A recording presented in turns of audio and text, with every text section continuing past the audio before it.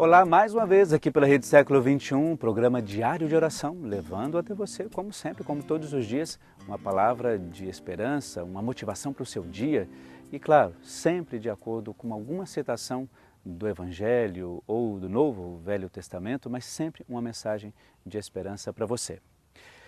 E como nós estamos tratando dos encontros que Jesus teve com algumas pessoas, não pessoas especiais, mas pessoas que precisavam, como eu e você, de encontros com Jesus. Hoje nós vamos falar desse encontro de Jesus com Maria Madalena. Quem não ouviu ou já leu essa citação bíblica em que Jesus se depara com uma situação, eu diria no mínimo, constrangedora? Primeiro, ele está ao lado de uma mulher que está sendo, eu diria, condenada por um pecado, por uma limitação, por uma fragilidade, e do outro, pessoas que acham que têm o direito de condená-la e de julgá-la. Mas o encontro específico não é de Jesus com esses homens ou com essa multidão que vem condenar essa mulher.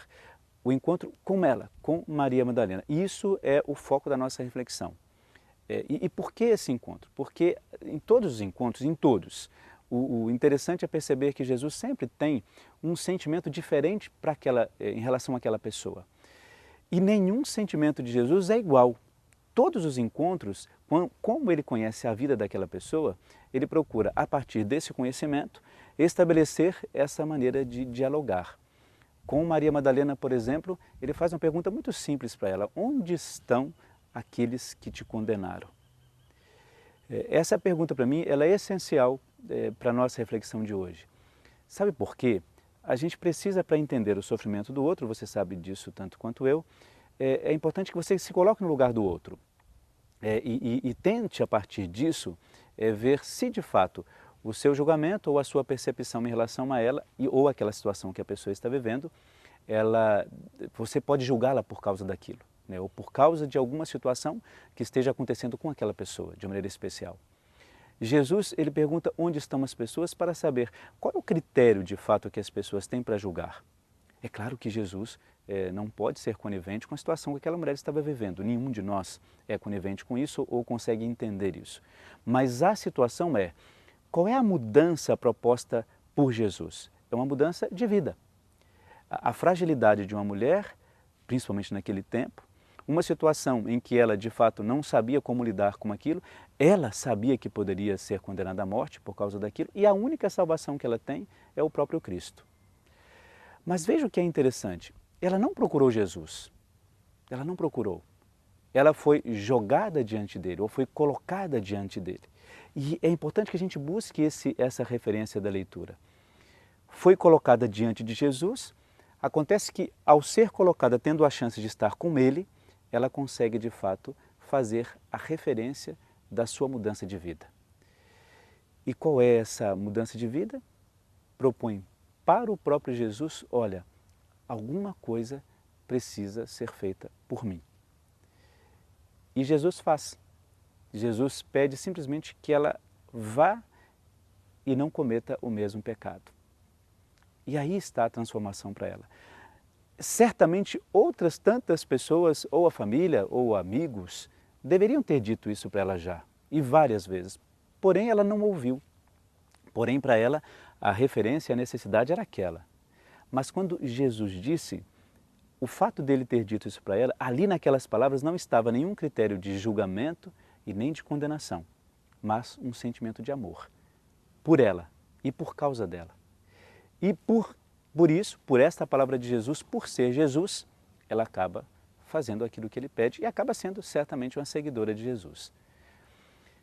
Aí é importante a gente perceber essas coisas, a maneira como nós conversamos com os outros e falamos com os outros as coisas, não é? Quando você às vezes quer corrigir alguém, é muito fácil você chegar e corrigi-la pelo pecado que ela fez, ou pelo erro que ela cometeu, ou por alguma coisa que ela fez que não estava correto. É muito fácil e até muito mais simples.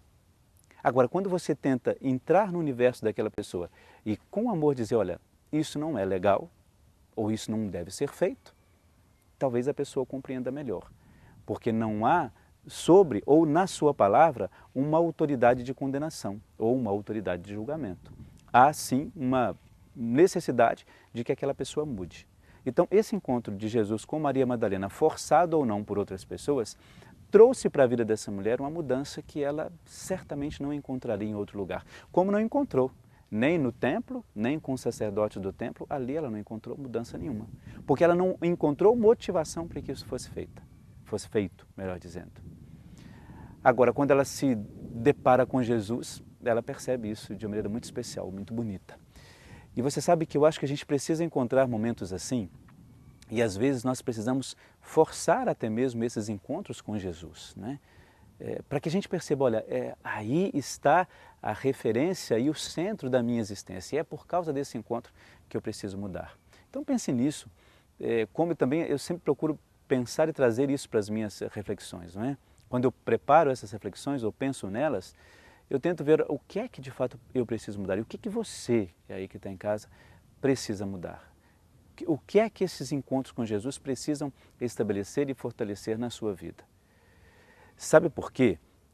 Como a gente já viu nos outros dias, a gente precisa encontrar esses momentos de encontro com Jesus para que a gente viva esse crescimento sempre na nossa vida, sempre. São crescimentos que ninguém pode fazer por nós, a não ser nós mesmos.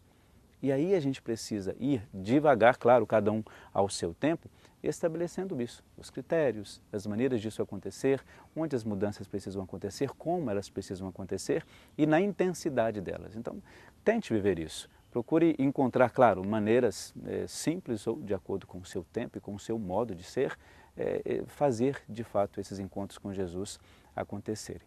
Pense nisso, tá bom? Muito bem, nós vamos, daqui a pouco você recebe uma bênção muito especial para você e para toda a sua família.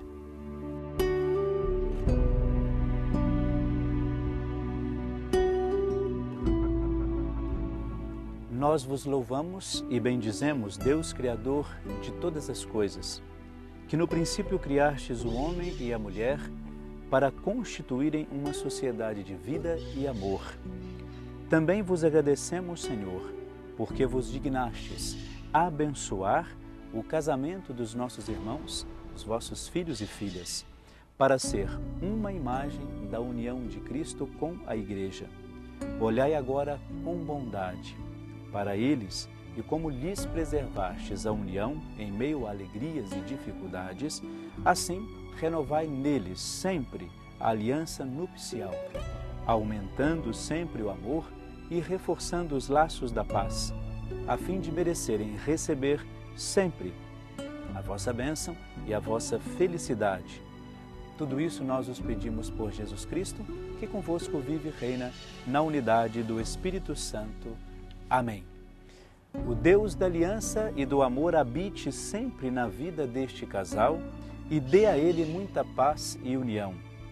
A todos nós, Deus nos abençoe e nos acompanhe, Ele que sempre estará ao nosso lado. Louvado seja o nosso Senhor Jesus Cristo, para sempre seja louvado.